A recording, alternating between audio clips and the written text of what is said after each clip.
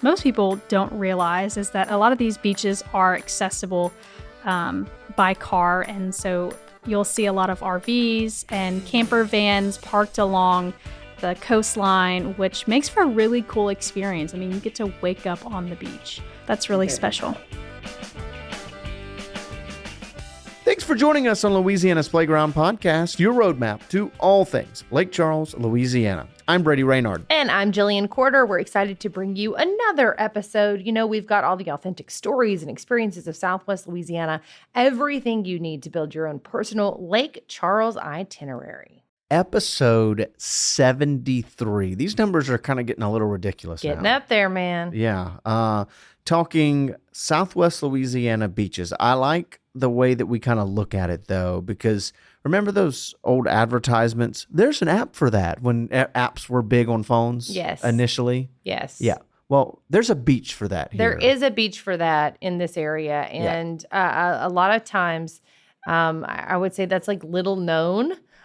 People don't realize everything that our coastline has to offer. And they're also different. Each beach Very offers much so. something different. So it's really cool. So we talked to Catherine Shea Duncan, a member of our Visit Lake Charles team here, as she helps us kind of navigate, because I'd kind of call her a local beach expert. She loves the beach. She really is. And I mean, I've lived here just about my entire life, and she was telling me things in places I've never heard of before. So I think it's excellent. We really take a deep dive, if you will. Oh, okay. Yeah, you're welcome. Do you have another? Nope, just the one. Great show. Before we get to that, of course, you know what time it is. That's right. We're going to start things off with a taste of Southwest Louisiana. It's a segment we like to call On the East. We like to call it that because that's its name. Envy Eats takes us to Loggerheads, which is in North Lake Charles, just before you get to Moss Bluff. And it's a nice little kind of relaxed spot, I would say, that is off the beaten path, but really isn't that far away from anywhere in Lake Charles. Now, to denote, it is a bar restaurant, so you do have to be 21 or older to actually eat there. Take that as a note. But they opened back in 2012, and they have actually a really cool like event center next door. But as for the restaurant, it's perfectly situated right on the Calcasieu River. So it's like a really cool, breathtaking kind of view. It really is. It's an expansive look. Yeah. It's right on the curve of the Calcasieu River. For the patio seating specifically. Yeah. And so they got their Riverside Resort, basically, which is an amazing venue that's new, just built over the past couple of years. Correct. Post Hurricane Laura. So it's absolutely wonderful. They have tons of events there. Lots of, the owner, Jimmy, was saying lots of kind of conventions and things like that, and parties for different businesses and whatnot around town. Yeah, beautifully constructed brick facade on that. Yeah, it's really pretty. Big windows looking out onto the river, and both the patios upstairs and down. And as far as the restaurant, same thing on the back patio. Places to eat right out there, overlooking the water, but covered so you're not in the blazing sun or anything like that. Right. Just such a picturesque place that I don't know. I mean, I literally, before we ever sat down at a table, we were taking pictures of it. It was one of those places. And before we get to the food, the most important part of your visit is spending some time with the restaurant alligator. That's right. So right out on the Calcasieu River, I'd say he's like, 5 foot long, maybe? Yeah. He's a juvenile. He's not He's baby. not huge, no. But he's not fully grown just yet. But his name is Junior. I'm sure Daddy's somewhere around. Senior. We didn't see him, but No. Junior is really cool. He just kind of hangs out. Yeah, we had a nice little video that I posted on my Facebook, so you should go and check that out. But as for the food, it's a pretty simple kind of menu. You know, it's a bar and grill style menu. Yeah. Things that you would come to expect: burgers and fries, and fish, some seafood, stuff like that. And so let's go right into it. We started with an appetizer of the duck tenders. Yeah, went a little different this time around. Though the burgers come very highly regarded, I wanted to kind of branch out and do something wild for me, and that was some duck. So I think you got the duck tenders, and I ate some of the duck wontons. Yeah, the duck tenders were kind of like blackened strips of duck, but they were really crunchy still. thin. So you had a bunch of them. They had some the duck sauce that was served as a house recipe. It's like a tangy, creamy, kind of salty sauce. I don't know. I wrote down it reminded me very much of a sweet and sour. Yeah, but it was creamy though, which most sweet and sours aren't. And it had some tang to it. So it was really interesting, and it paired really well with the duck tenders because they were heavily seasoned. So they kind of that good salty flavor there, very flavorful. And so it paired really well with the sauce specifically. Yeah. And same goes for the duck wontons, which also came with the sauce. Those are, it's duck bacon it's really super creamy. It's got some corn in there. The outside of it is that perfect crisp to it, while the inside's really creamy. That sauce is really great with it. Like I said, I don't know. It reminded me of a sweet and a sour almost. In fact, if you like crab rangoon, like cream cheese kind of affair, right. Fried little pastries like that, think of that. Yeah. That's very much what this is. I'm not a huge fan of like wild game, if you will. I stick to like chicken and I don't venture very far from there. So if duck scares you, don't let it on this because it was very, very good. I called it a Cajun version of a crab rangoon. Yeah, you're kind of like you were singing, what is it, TLC Waterfalls. You were sticking to the poultry that you're used to. Exactly, but this time I tried to branch out, and I had no regrets. I really enjoyed them. As for the fish, they went thin and crispy, so it was a lot of strips of fish. Since they kind of filleted it very thin. But you get a lot more crisp because of that. And so it was nice, the really flavorful fish batter that they had there. Each piece was so crispy, and yet you got plenty of fish. Really the perfect kind of fish bites is like the best way to say it. It's like a classic fish fry. And so very, very good. As for the French fries, I got the curly fries, and then I added cheese because they had it. And so it was just wonderful cheese. I love cheese fries so much. And they have great cheese fries that melted nacho cheese style over them, and I loved them so much. And so it was a nice it's a kind of a nice lunch with the views and the vibe. That's what you're looking for. The views and the vibe. This is the place. Once upon a time whenever we first moved to Lake Charles, I think we went here. And in my head, I think because I wasn't that familiar with the ins and outs of this area, in my head I was thinking, this is really far out. Like this, it's far away. And so we just don't go there that often. And I realized this time around, this is not far away at all. It feels like you're off the beaten path. It feels like you're kind of transported to some other area, but really you're 5 minutes down the road. Yeah. So really breathtaking area, and you just got to try it out. Yeah, I definitely think so. So like I said, it's off of I-10 headed north like you're going to Moss Bluff, and it's just a turn away from that point. So it is off the beaten path, but once you go, you're not going to regret the views and the vibes that you get. No, nothing like it. From a great meal to a great guest, we welcome on Catherine Shea Duncan, the Senior Director of Social Media and Communications at Visit Lake Charles. She does a little bit of everything when it comes to VLC, and she does everything when it comes to social media here in the building. And if you've seen any of our channels, you'll see the great work that she does every single day. And she is also a beach bum. So how perfect to come on the podcast to talk beaches in Southwest Louisiana. Welcome to the show, Catherine. Thanks for having me. I'm excited to talk about this topic. All right. So we're going to get started, though, to find out how you play in Louisiana's playground. And I'm going to switch up our order here that we normally go with. But first off, crawfish or gumbo? Gumbo. And is there a season for that? Is there a climate for that? Gumbo any time of the year. Okay. Of course, for us, it's very nostalgic because like my mama's gumbo is my favorite. Mm-hmm. So there's a lot of like familial ties to why I chose gumbo. I get that.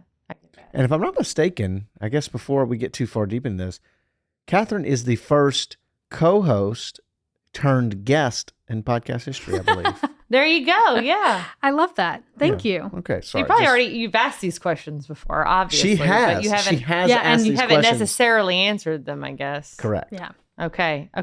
Concert or comedy show? Concert, obviously. Obviously. I'm a big music person. Yeah. Big music gal. All right. And the last one, because I know the answer, poolside or beachside. Beachside, duh. Obviously, which brings us to our topic of the day. What? You love the beach? I do love the beach. Well, look, I really feel like beaches are one of Southwest Louisiana's hidden treasures. It's something that really probably doesn't get talked enough about. What do you think make the beaches of Calcasieu and Cameron Parish so special? I think the difference between you have the option of having those white sand beaches along the North Beach, or you can get like that urban escape feel at Golden Nugget or L'Auberge, or you can go down to Cameron Parish and experience the rustic beaches. There's 360 views of the sunset and wildlife, and you get to really be immersed in nature. So it's the juxtaposition between both of those opportunities.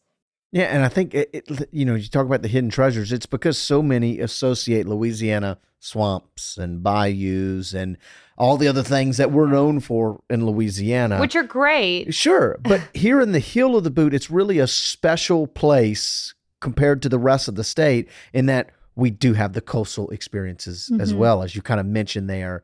How do we at Visit Lake Charles highlight those experiences to guests to make sure they know that you can kind of put that on your agenda as well? Yeah, we have, on social media, I love to spotlight our different beaches and showcase the amenities that each one uniquely has. And just recently, we hosted 2 UK content creators, and Rutherford Beach was one of the spots that I brought them to because they both love adventure travel. So I wanted them to see both the shelling and the birding opportunities at Rutherford Beach. And that's what really Rutherford's known for, the shells, right? Some incredible finds that you can spot out there. Absolutely. Well, before we get too into the weeds on like the specifics of what we kind of feel like each beach, their strengths, so to speak, give us a rundown, if you could, of what are the major beaches that people would visit while in town? Okay, so I think we'll start with the urban beaches, so the ones that are in Calcasieu Parish. Okay. So we have first North Beach. It is actually the only white sand inland beach from Texas to Florida, and it's really easily accessible from I-10. Or our office. Or our office, yeah. So this beach is very close to Port Wonder, the Crying Eagle Brewery, which is opening this summer, and the lakefront. So a lot of great amenities that surround North Beach. And then we have the 2 beaches at the casino resorts. So Golden Nugget and L'Auberge both have their own beaches, which have boat access, great sunset views. The Golden Nugget has Bill's Burger Bar, so you can have some snacks on the beach and go sit at the fire pits. And then both L'Auberge and Golden Nugget have volleyball nets, and they're both open to the public. So they're great if you are staying in the casino resorts, or if you just want to check out those 2 beaches. And we have. Oh, yeah, for sure. We've spent a lot of the time on the beaches, especially at Golden Nugget, to have a burger. I'm big on eating outdoors. Yes. If there's an option to eat and it's outdoors, I'm going to take it. And so we've gone there so many times. And it's a really great experience. It's so much fun to see the people pulling up on their boats. Yes. They've got their kids in tow.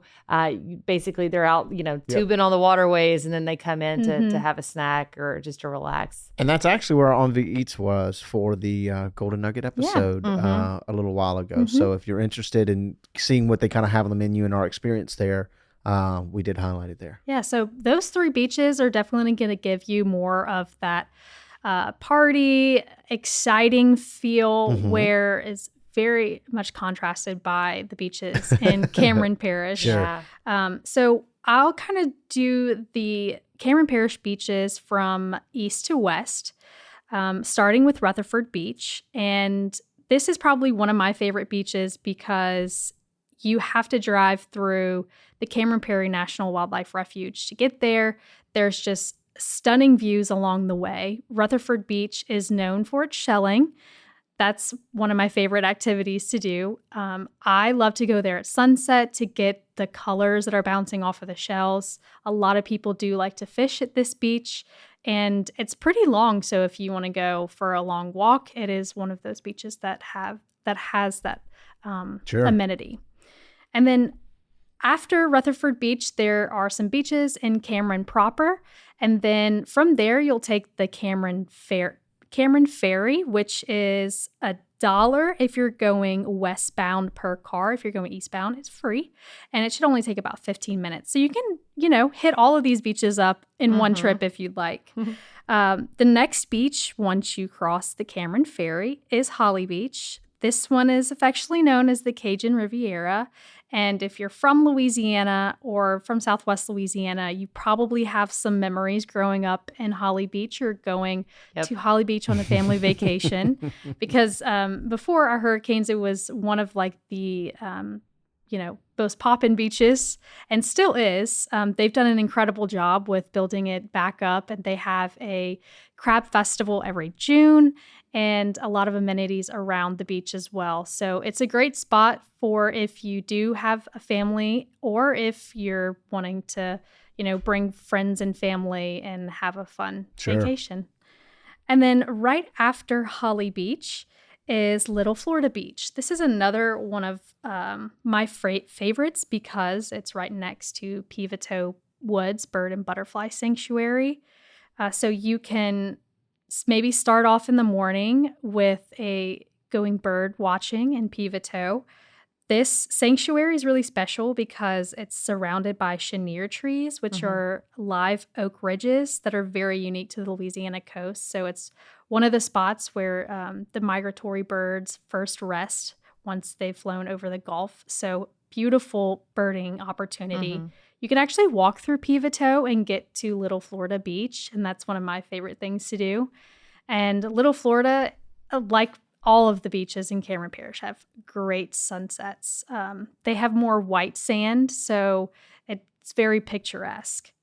And then just a few miles west is Mays Beach, which is the most rustic and remote beach along the Creole Nature Trail, and it's the closest beach to the Texas Gulf, Texas state line. So if you really do want a secluded experience, Mays Beach is the way to go. Yeah, and if you're coming from Texas, if you're coming over from Sabine Pass, that area, it's the closest one to you. And I'll tell you what I love about the Cameron beaches is that getting to each of them feels like a miniature kind of adventure in its own way, which I guess there are some people that probably aren't looking for that, and that's why somewhere like North Beach feels like the classic beach experience. You park right off the road, then you walk just a short distance to the beach, like you would in places like Florida and Galveston and all of those.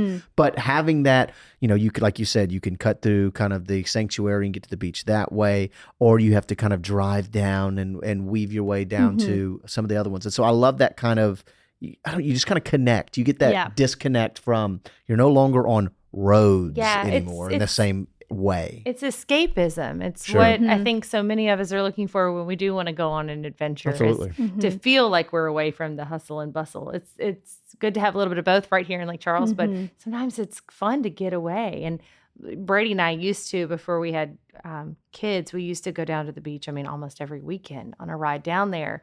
And we've since done it with the kids, which is amazing. It's just a lot more to pack when you go to the beach with kids. But we just loved every minute of it. I grew up going to Rutherford or Holly, just depended on what my dad was feeling. Almost every weekend growing up, because I'm from an hour outside of here, and that's where we went to go fish. It's where I caught my first shark. Was off the coast of Holly Beach. Like this. It is that nostalgic feeling like this is the place you grew up, and so connected to nature, to your roots here. Yeah. And I think one of the things that maybe most people don't realize is that like you said, a lot of these beaches are accessible by car. And so you'll see a lot of RVs and camper vans parked along the coastline, which makes for a really cool experience. I mean, you get to wake up on the beach.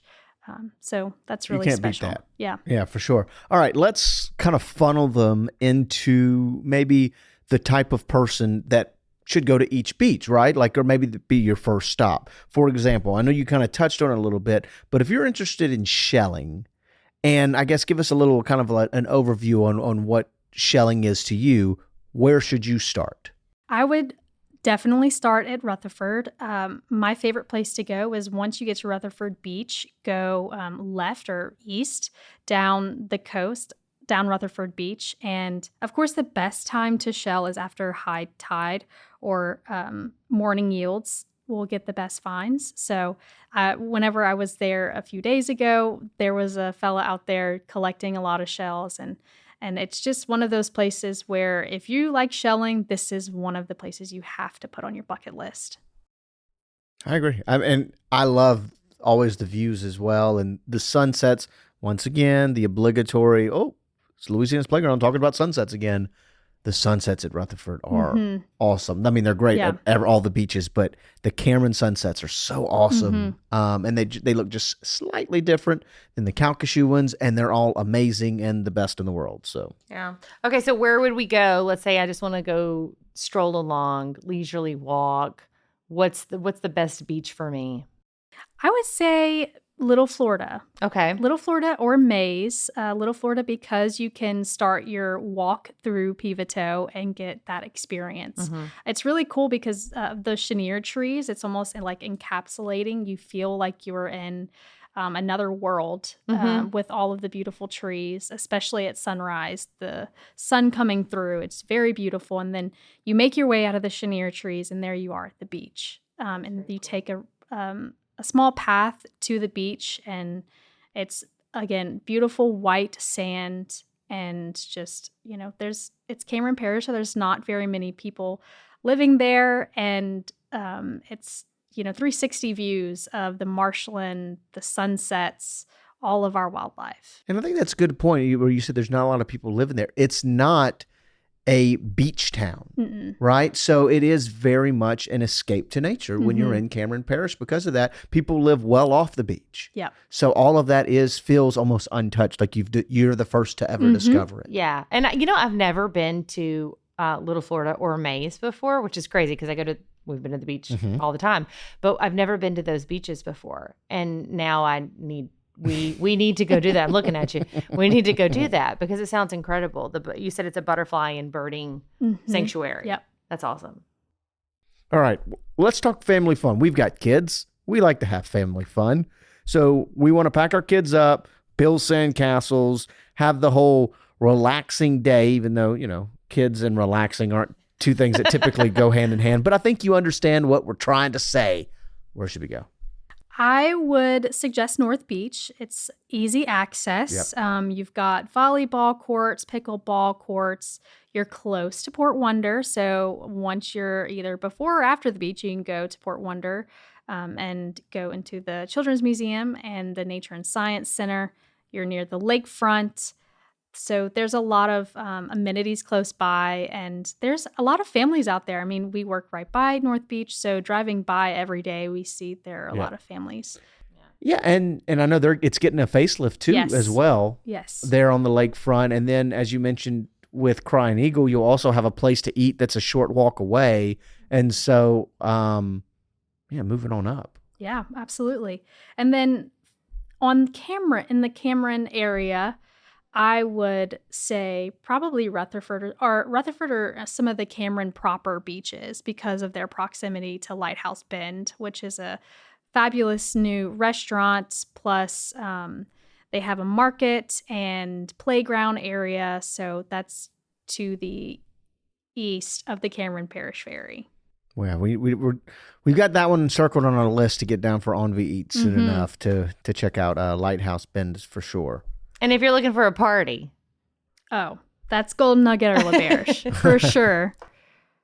Yeah, if you're there at any time of the day or night, you'll see boats pulling up and, playing music and having a great time. And it's both, honestly, families and friends and bachelorette parties and bachelor parties and locals and visitors. Yeah. It's not too wild. I don't want it to sound like that wild. No. We've been out there with the kids before. I would say it's energetic. Mm-hmm. It is. It's energetic. It's just a different feel than what you get on the laid back beaches. Sure. And I think something to point out, maybe if you're not familiar enough, is that these aren't just casino hotels. They're a resort. That's the whole portion of it, is that it's supposed to feel like a resort beach. It's a getaway. A true getaway. So, whether you're on vacation or you live here and it's a staycation, this is a really fun place to go to kind of escape. Yeah. Now, I think it's important to note that while this is not a beach, it gives you a beach feel because of the imported sand that they have there.